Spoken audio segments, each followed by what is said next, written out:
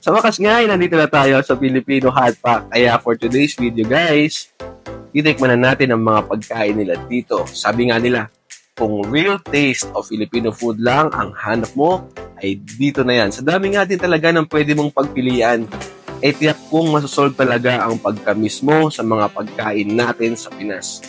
Halos lahat na nga siguro ng cravings natin ay nandito na. So ano pang hinihintay mo? Tara na! Located nga pala sila dito sa Binamuran, Madinat Khalifa. Today nga ay susubukan natin ang mga na-miss nating food sa Pinas.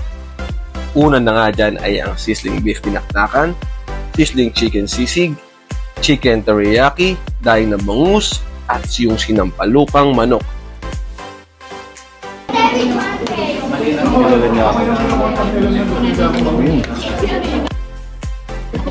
Sisig.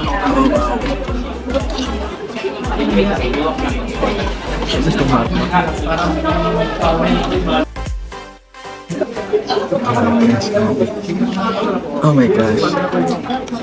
7.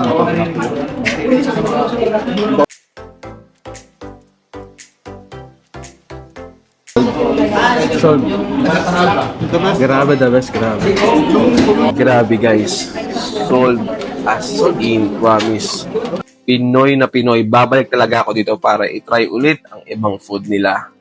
Nagustuhan nga din ng pamilya ko yung lumpiang gulay, fresh lumpia, chicken stick, halo-halo, barbecue, at cheesecake. You like it? Yeah. What about Uno? Your I food? like it.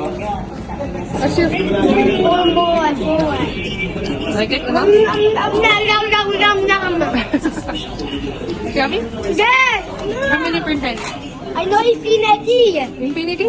Percent? What about you? I How know many? infinity percent. That's all for today guys. See you in my next video. Bye! Thank you!